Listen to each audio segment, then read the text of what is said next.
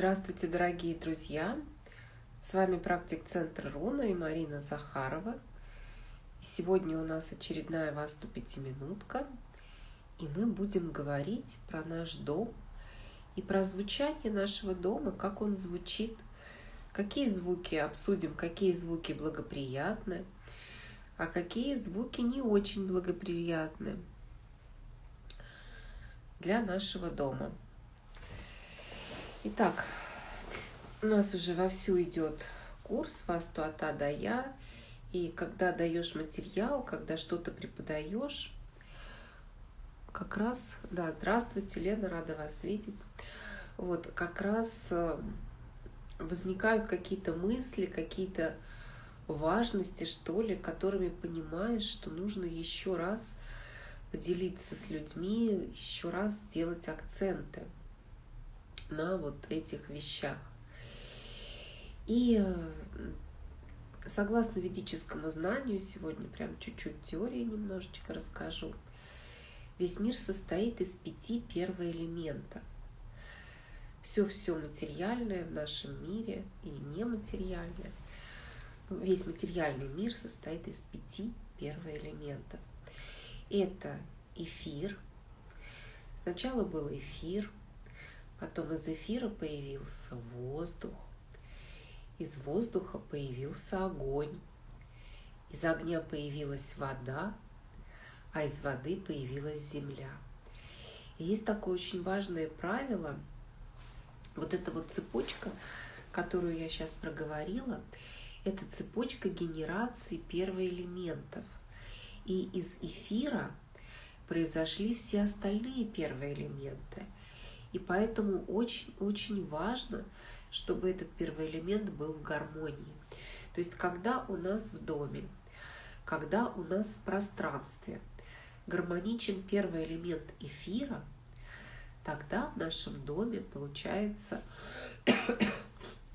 и остальные первые элементы автоматически более гармонично себя чувствуют. Именно вот за счет того, что они как бы все произошли от эфира, и они все входят в эфир. Вот входят на тонком уровне, присутствуют в этом первом элементе. Поэтому даже если вы дома ничего не можете сделать в своем пространстве, ну или не понимаете на сегодняшний момент, как гармонизировать те или иные вещи, но поработаете с первым элементом эфир, а для того, чтобы с ним поработать, нам даже васту-карта, по сути, не нужна. То есть есть методы, про которые я сейчас расскажу, которые позволяют и без карты с первым элементом эфир поработать. Итак, эфир связан в нашем пространстве, первый элемент эфира связан со звуком. И когда у нас с вами в доме звучат молитвы, мантры, колокольный звон, тибетские поющие чаши, колокола, крики дельфинов, то есть вот такие высоковибрационные звуки, первый элемент эфира гармонизируется. То есть для того, чтобы гармонизировать первый элемент эфира, ну даже особо можно и не иметь васту-карту. А в нашем пространстве первый элемент эфира связан с Брахмастаном. Брахмастан — это центральный квадрат. Кто строил карту, тот вот, квадратик в центре вашего пространства, это и есть Брахмастан. И вот та точка, в которой пересекаются все оси и диагонали, это точка Брахма-бинду, это точка, где проявляется внутренняя энергия вашего пространства. Но даже если у вас нет карты, вы можете примерно прикинуть, найти центр вашей квартиры. Вот в голове плюс-минус. И вот в этом центре квартиры делать эту гармонизацию. То есть если вы примерно в центре квартиры включите вот эти высоковибрационные звуки, то, что вам отзывается, то, что вам ближе. Для кого-то это могут быть мантры, для кого-то это могут быть тибетские поющие чаши, для кого-то христианские молитвы. Ну, в общем, у каждого что-то свое, что лично ему отзывается. И есть такая техникой глубокой чистки первого элемента эфир. Берете источник звука, это может быть телефон, это может быть компьютер, ставите в центр вашего пространства, в центр вашего помещения и запускаете вот эту вот музыку, оставляете ее на сутки, в идеале на 3 суток.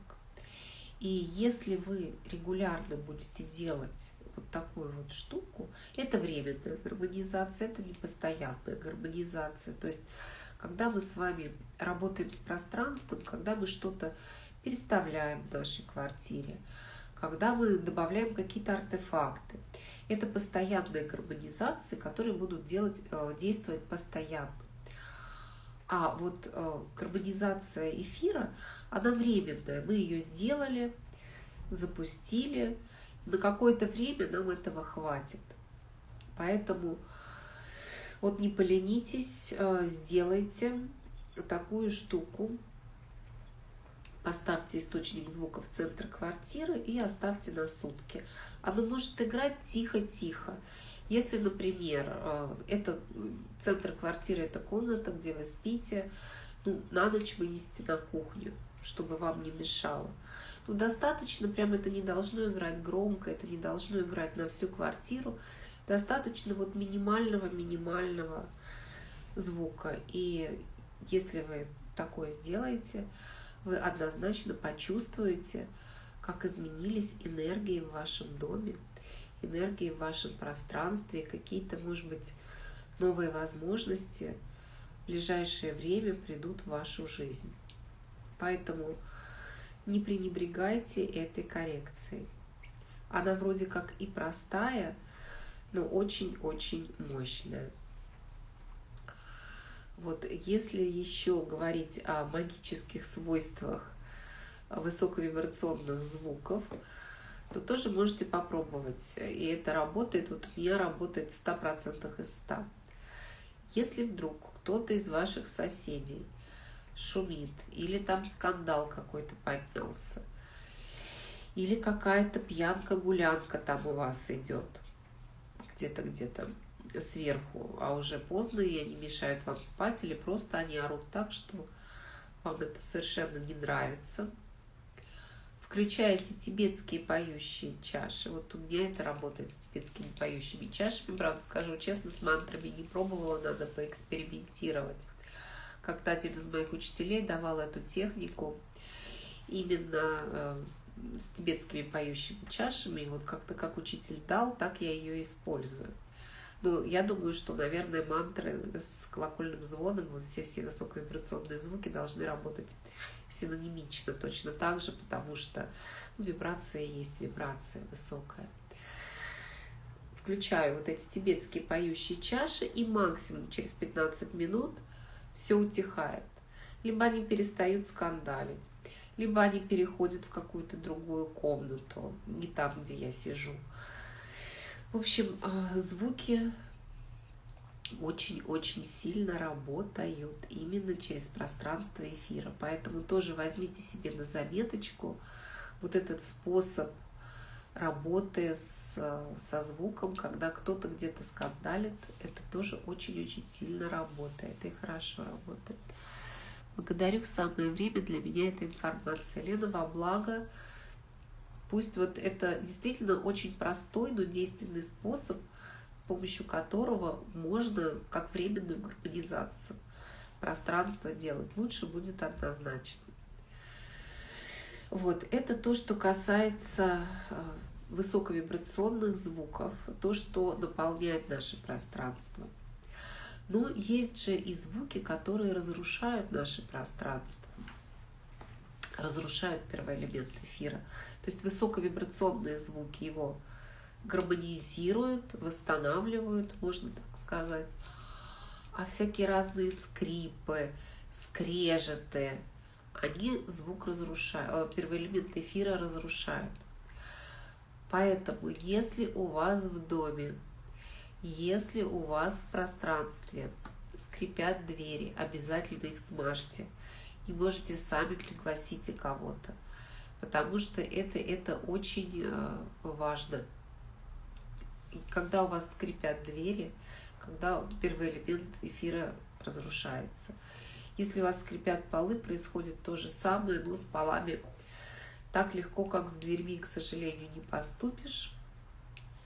Но пробуйте как-то поменьше наступать на те места, где пол скрипит.